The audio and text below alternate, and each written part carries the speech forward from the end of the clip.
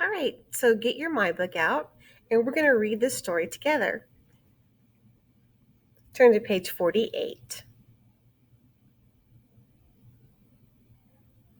Before you jump off a mountain, there are a few things you would have to do. Usually, Marilyn Hamilton did them all and had a great time soaring in California's Sierra Mountain range under her hang glider.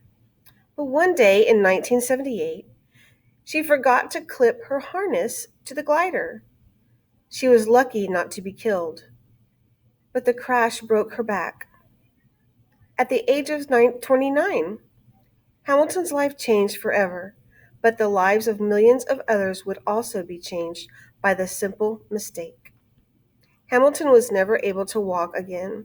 After a stay in the hospital and 3 weeks of therapy, she was given a wheelchair and encouraged to get on with her life.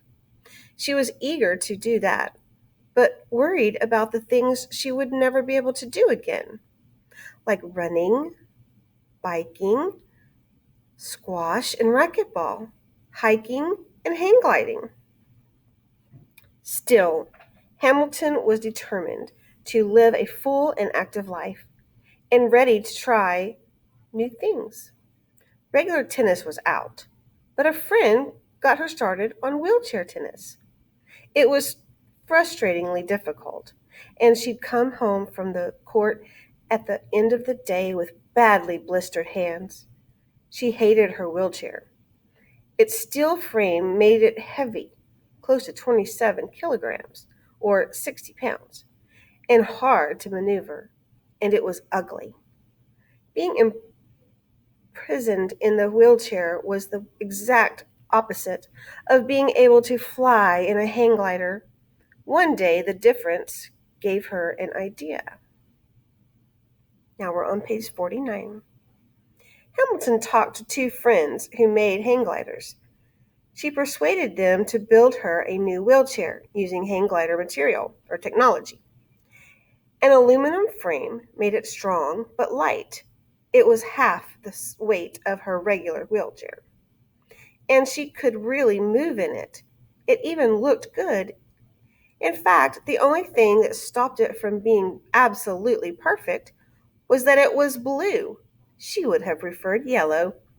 Hamilton and her friends knew they were on to something. Hamilton couldn't be the only one out there looking for a lighter, speedier chair. They formed a company to make and sell quickie wheelchairs, and specialized in meeting the needs of athletes. The company was hugely successful. Page 50. Why they're better. Look at these pictures too. They show you the difference between the regular wheelchair right here and then the quickie wheelchair right here. See the differences?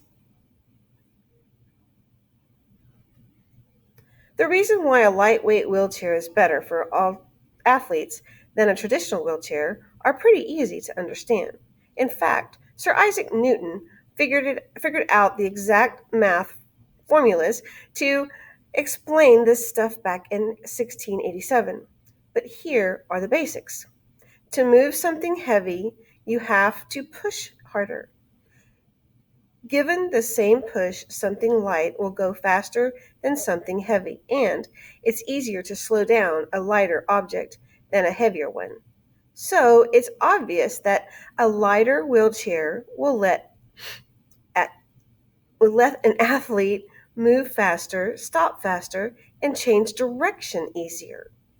The only thing that isn't obvious is why no one built a lighter wheelchair for alternate athletes sooner. I'm going to turn the book around. Follow along with me. We're on page 50, paragraph 7 at the top. It seems this invention had to wait for Marilyn Hamilton. Not only did she understand the need She also had the connection to hang gliding technology that turned a dream into reality. The lightness of the Quickie was the biggest innovation, but Hamilton and her friends didn't stop there. They worked hard to figure out what else an athlete would need. In the end, the Quickie was made more stable by giving it a lower center of mass and a wider wheelbase than a traditional wheelchair. An object will tip over when the center of mass is directly over the point of tipping. The diagram above shows that with a lower center of mass and a wider wheelbase, the sports wheelchair must be pushed to a much greater angle before it tips. With the wheelchair, the center of mass is made lower and by setting the seat lower. The Quickie also lets athletes adjust the height themselves. The wheelbase is made wider and using negative cambered wheels. This means that the wheels aren't vertical. Instead, they're angled so that the tops of the wheels are closer together than the bottoms. Another advantage of the negative cambered wheels is that the athlete can reach the wheel more easily. The top part of the wheel hands push almost the line, the top part of the wheel is close to the athlete's body, so the hands push almost in line with the athlete's shoulders and not out to the side. This lets you push harder. The diagram shows how this works. The shoulder is the fulcrum, and the muscles in the upper arm provide the effort. The output force is delivered through the hand. The farther away your hand is from your shoulder when you push, the less output force you have. Page 52. Guttman's great idea. Dr. Ludwig Guttmann was a German brain surgeon who fled to England before the Second World War. During the war, he was in charge of Stoke Mandeville Hospital, a place that treated soldiers with spinal cord injuries. Before Guttmann, these patients were left to die in bed, doing nothing. They would get painful bed sores, bladder and kidney infections, and would often die after several miserable months. No one expected them to become active again. Guttmann refused to accept this. He believed he could use sports as a way to get patients active and out of bed. He got a sergeant assigned to the hospital to play catch with students in bed, using a heavy medicine ball. They needed to build up strength enough in their arms to lift themselves into a wheelchair. Then the games really began. Activity wasn't optional, it was prescribed medicine.